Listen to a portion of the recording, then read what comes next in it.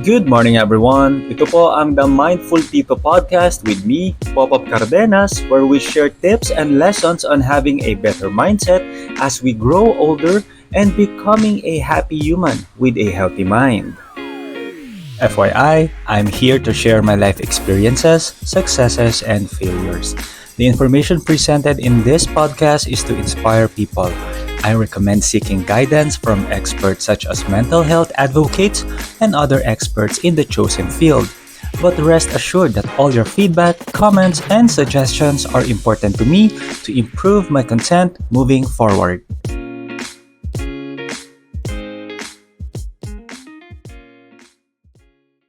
Hi! Welcome to episode 36 kung saan tatalakayin naman natin kung bakit hindi dapat tayo nag-aalala kung tayo'y bumagsak o natalo sa buhay.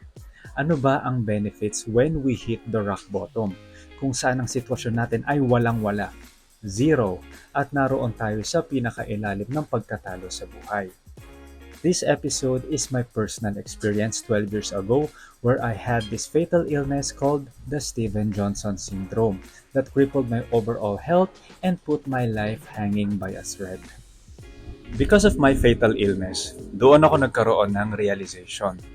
Hindi natin makikita kung ano ang dapat itama kung hindi natin marirealize kung ano yung mga maling nagawa natin sa buhay. Pero paano ba natin malalaman yon? We need to experience pain. Sa experience ko, I thought I was really healthy and fit. Kasi noong early 20s ko, mahilig ako gumimik, mag-party after work, maglasing, magpuyat, manigarilyo, matulog lang ng 3 to 4 hours at kumain ng mga unhealthy food. Tapos alam nyo ba kapag bagong sweldo, gagastusin ko din yung mga pinaghirapan ko at hindi ako magsisave kahit barya. Kasi ang nasa isip ko ay, maikli lang naman ang buhay. Kaya okay lang ang gumastos at aksayahin ang pera sa mga walang kwentang bagay na wala ring maitutulong sa akin in the long term. At lahat ng yon bumawi sa akin noong 2012 kung saan nagkaroon ako ng sakit na SJS o tinatawag din na Steven Johnson syndrome. Wala akong idea kung ano yung sakit na ito. But SJS is a rare condition sa mga taong mahina na ang immune system. Nagtitrigger ito sa mga medications na iniinom ko before at nagkaroon ako ng skin abnormalities kung saan nagkakaroon tayo ng rashes at blisters sa balat natin. Para siyang nagiging kaliskis ng isda hanggang balutin ito yung buong katawan natin. Sobrang sakit. Kasi nagsusugat parati ang balat ko sa lahat ng parte ng katawan ko maging sa mata ko. Doon ako nagkaroon ng realization na inabuso ko pala yung katawan ko noong kabataan ko. Hindi ko inalagaan ang overall health ko at sinira nito ang mga pangarap ko sa buhay. Tapos dahil dito, tumigil ako sa pagtatrabaho para magpagamot at magpagaling. Ang problema nun, wala naman akong ipon para pambili ng mga gamot ko. Kaya ang nangyayari, sinasamahan ako ni Mama dati na pumila sa DOH at sa mga government hospitals ng 3 a.m. ng umaga para lang makakuha ako ng mga libreng gamot. Nakakatakot at sobrang hirap dahil walang-wala ako eh. Wala ako sa wastong kalusugan at wala akong ipon. Nawala lahat at binawi sa akin ang mga pangarap ko sa buhay. Doon ko na-realize lahat ng kamalian ko. Alam ko na narito ako sa baba, nasa madilim na lugar, at kailangan ko makawala sa lugar na ito at bumawi sa sarili ko at ayusin ang buhay ko. Dahil alam ko may pag-asa pa eh. Marami pa akong oras para makuha ko ang mga pangarap ko sa buhay. Binigyan ako ni Lord ng isa pang tsansa sa mundo para makabawi sa lahat ng mga pagkukulang ko sa sarili at sa mga taong nasaktan ko at tumulong along the way. Kaya after ko magkaroon ng realization, nagkaroon din ako ng wisdom. Na alam naman natin na lahat tayo meron ito, pero hindi lang natin nagagamit ito ng wasto. Kaya nung naranasan kong bumagsak sa buhay, yung tipong akala ko hindi na ako makakaahon, natuto akong alisin lahat ng mga bagay na nagbigay sa akin ng hirap at sakit tulad ng paninigarilyo, pagpupuyat, pagpaparty hanggang umaga at pakikisama sa mga taong hindi maganda ang impluwensya sa buhay ko.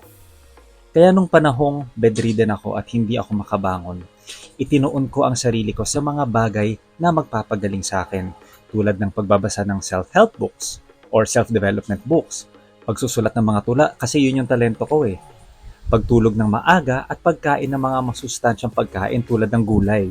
Kahit hindi talaga ako mahilig sa vegetables. Kaya hanggang ngayon, alam niyo ba tuwing umaga, gumagawa ako ng vegetable shake na may malunggay, talbos kamote, saging at konting honey.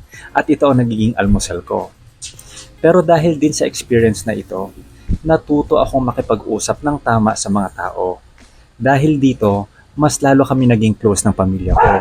Nang dahil sa sakit na ito, nabawasan ako ng mga kaibigan. Naging konti man pero okay lang kasi nakita ko naman kung sino yung mga taong makakasama ko habang buhay.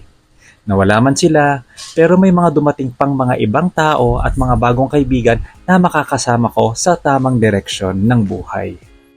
Kaya dahil dito, natuto naman ako maging grateful sa lahat ng bagay. Nawala na akong hihingiin pa dahil yung mga tao at mga bagay na kailangan ko ay matatagpuan ko rin pala sa sarili ko. I learned to be grateful first thing in the morning. I am thankful every time na nagigising ako sa umaga dahil it's another chance in life para bumawi sa mga pagkukulang ko at magpatuloy pa sa mga pangarap ko. I learned to be grateful sa mga simpleng bagay tulad ng kamang hinihigaan ko, dito sa bahay ni mama na tinitirahan ko, kung saan ako nakatira ngayon. Minsan naman doon ako sa partner ko nakatira and I am also grateful with him. Sa simpleng pagkain araw-araw, sa mga naiwang kaibigan na nagpapasaya sa akin at maging sa bago kong trabaho na nagbibigay financial support para magawa ko pa ang mga pangarap ko. Because of gratitude, I also learned to be present in life. I enjoy the present moment na bubuo ng pangarap ko in the future.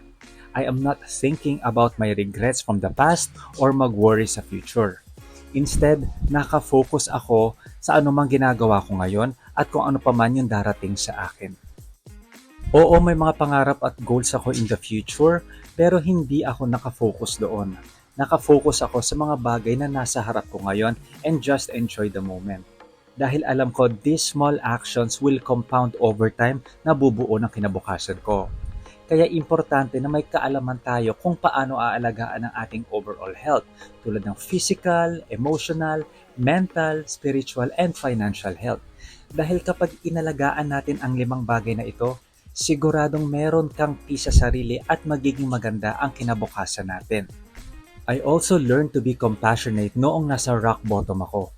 Sa panahong wala akong makakapitan, nandoon ang mama ko, ang pamilya ko, and some few friends na sumuporta sa akin. Hindi man 100% na suporta, pero I feel grateful at na-appreciate ko yung ginagawa nila para sa akin. Malaking bagay yon para magpatuloy pa akong huminga. Because of that, natuto rin ako maging compassionate sa mga tao. I learned to be selfless and show sympathy or empathy sa mga taong tumulong sa akin noong may sakit ako, hanggang nakasanayan ko na ito. Kaya last 2020, nakapag-publish ako ng pinakauna kong libro na tumulong sa akin para masuportahan din ang mga taong nangangailangan ng suporta. Ang libro kong Kahel, Mga Tula para sa mga gustong mabuo muli, ay mga tula na sinulat ko noong may sakit ako. Ang mga tulang isinulat ko dito ay mga paghihirap ko noong nakaraan at kung paano ako nakabangon sa buhay. Alam niyo ba, maliit man yung kinita ko dito sa libro kong to, pero masaya akong naibahagi ko ang aking kwento ng pagbangon sa pamamagitan ng talentong binigay sa akin ni Lord. Kaya dahil din rito, mas lalo ko rin pinagkatiwalaan ang sarili ko. Na kung dati, puro negative self-talk ako, ngayon naman, I learned to trust myself and put my trust sa mga taong kasama ko sa pag-unlad sa buhay. Na hindi na ako natatakot o nag-worry dahil naranasan ko na kung ano ang feeling ng nasa ilalim, kung ano yung pakiramdam ng nasa baba, kung gaano kasakit ang hindi ko makita ang liwanag o ang pag-asa, ang matakot na nasa dilim ako at hindi ako makabangon. At dahil doon, ayoko na ulit ma-experience yun. Kaya natuto akong magpatuloy sa buhay at harapin lahat ng hirap at takot dahil alam ko na sa bawat pangamba at sakit na mararanasan ko ngayon, may liwanag na parating at nakaabang sa likod natin. Kasi no one will save you but yourself. And that's all we have for this episode at sana marami po kayong natutunang mga bagay. But before I end this episode, I will truly appreciate it if you share this episode or even my podcast and my YouTube channel to your friends, to your colleagues, to your family because I am more than happy to share good energy with people. So uulitin, ako po si Popop Cardenas and this is the Mindful Tito Podcast. Just a short message: don't be hard on yourself and avoid negative self talk so you can also share kindness and good energy to the people around you. Again, my name is Popop at maraming salamat po.